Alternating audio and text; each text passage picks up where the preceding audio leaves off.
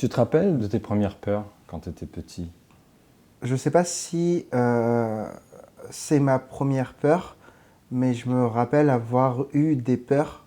Euh, En tout cas, la première qui me vient maintenant, c'est des peurs du noir. J'ai une sorte d'impression. Je suis en train de revivre le moment en creusant dans mon esprit, mais j'ai l'impression que c'est du 4 ans, 5 ans.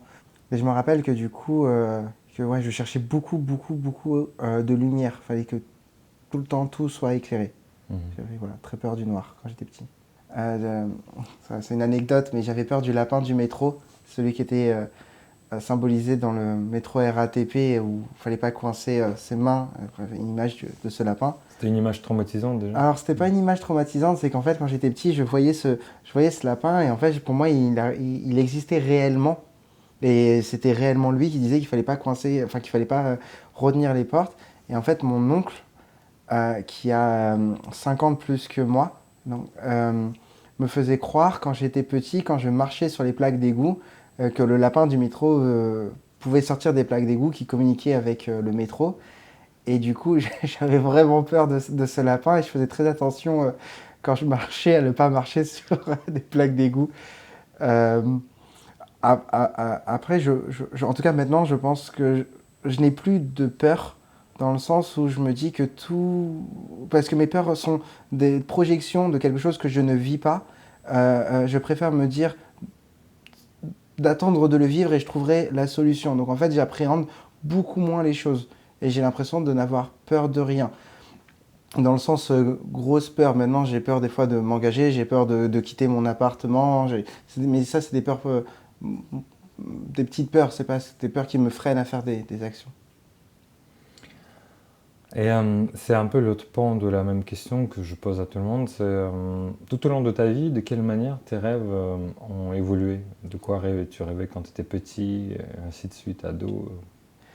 Je pense quand j'étais jeune, euh, j'avais, je pense, des rêves que je juge maintenant un peu absurdes. C'était des rêves de réussite, mais une réussite financière.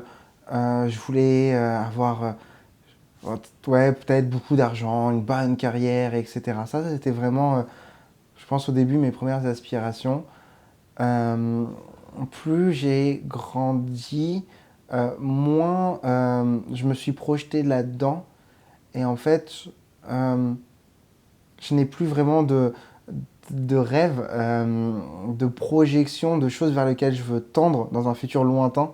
Parce que je pense que c'est quelque chose qui est très difficile à atteindre et qui du coup ne peut être que quelque chose qui blesse. Euh, je préfère prendre les choses comme elles viennent maintenant et apprécier un moment plus que de me projeter et avoir une vision de rêve parce que je suis pas sûr que ça arrivera. Je rêve moins d'un futur, je suis plus dans le présent en tout cas. C'est vraiment en grandissant quelque chose que j'apprécie et en tout cas dans lequel je me suis accepté et cantonné.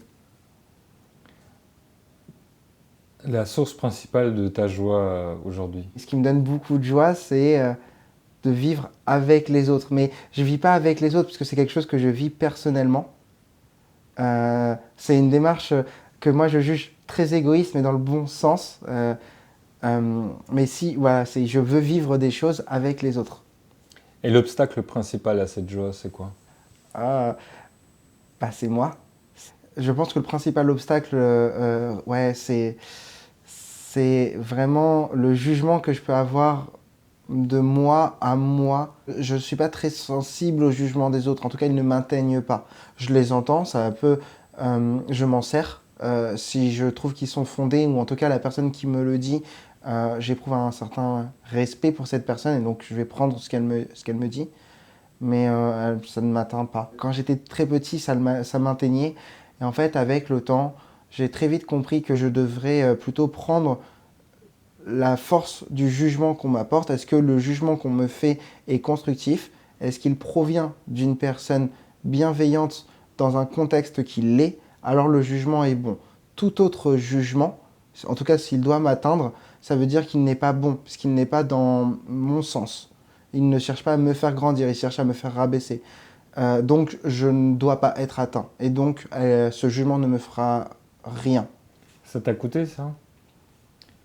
Je D'en pense que arriver là. ça me rapporte plus que ça m'a coûté. Peut-être que quand j'étais petit, ça m'a coûté, euh, mais c'est passé.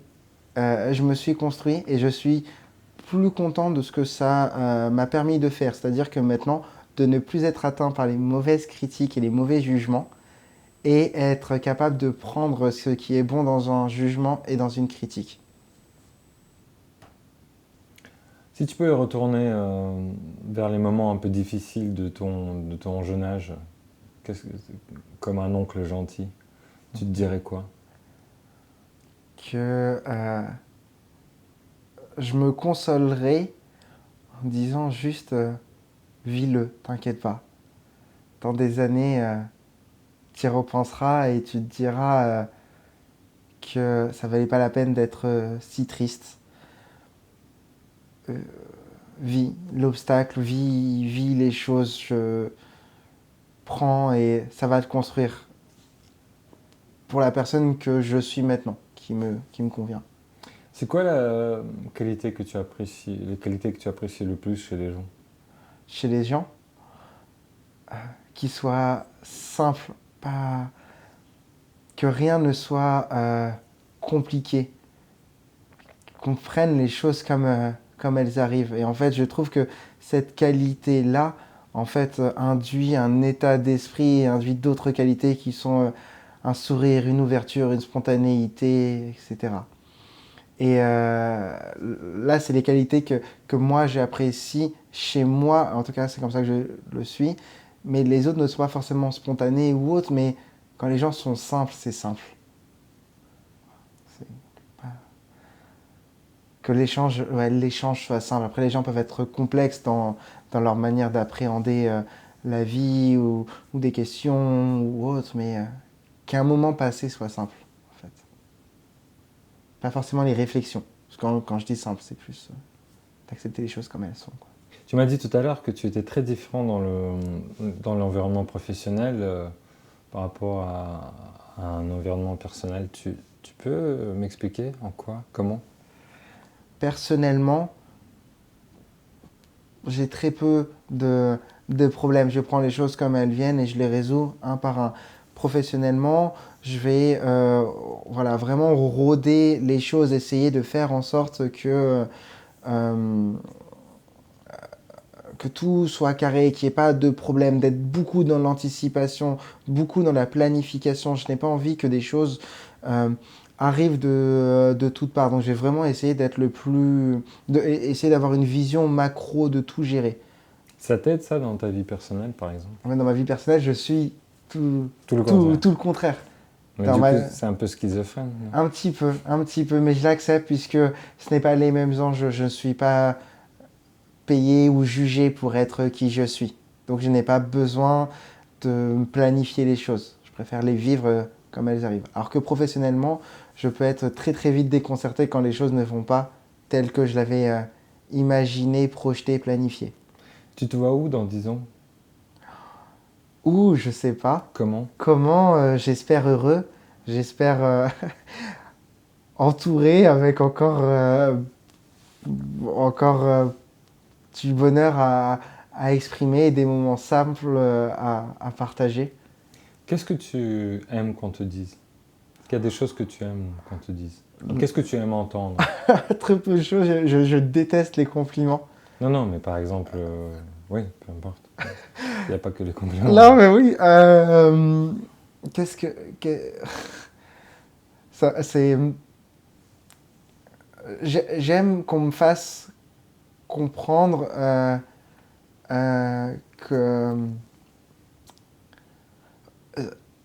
Un peu égoïstement, j'aime bien qu'on me dise qu'on apprécie les moments qu'on passe ensemble. J'ai vraiment besoin de savoir que les gens passent un bon moment. C'est très bizarre à dire, mais j'aime entendre des merci, merci pour ce moment. J'aime entendre ah, c'est un peu grâce à la Fouad qu'on est là. Ouais, c'est un peu, c'est un peu une question peut-être J'entends que d'ego. tu veux avoir Ouais. une famille et que les gens, d'être bien entourés dans le bon sens du terme. Ouais. Et j'ai l'impression que tu, que tu n'assumes pas cette envie. Si, j'ai envie d'être bien entouré. J'ai pas forcément d'avoir envie d'une famille dans le sens sociétal du terme. J'ai pas forcément des aspirations à être parent, avoir une femme, mais j'espère en tout cas avoir effectivement Non, mais je parlais. des amitiés fortes, quelque chose de commun avec d'autres. Oui. Mhm. Ça, si, je l'assume complètement. Ce que j'assume moins, c'est ce besoin de reconnaissance, ce besoin de qu'on me le dise, qu'on apprécie être avec moi. Je sais que c'est pas forcément quelque chose qui se dit, mais j'aime bien qu'on me le dise quand même. Ok. Ok, c'est trop dur. Pourquoi c'est dur? En fait, Regarde, c'est c'est. passé tout seul. Ouais, non, mais, non, mais j'adore parler, mais c'est de se dire, waouh, enfin, les réponses, en fait, c'est pas forcément des vraies réponses que j'ai verbalisées avant les questions que tu me poses, ça me dérange pas de les dire. Je trouve ça dur d'essayer de trouver des mots et d'essayer d'être juste, parce que est-ce que ce que je dis, c'est réellement ce que je veux dire? Et je trouve que je prends pas assez de temps de réflexion pour bien juger mes mots. Tu te juges à nouveau. Hmm. Ben oui.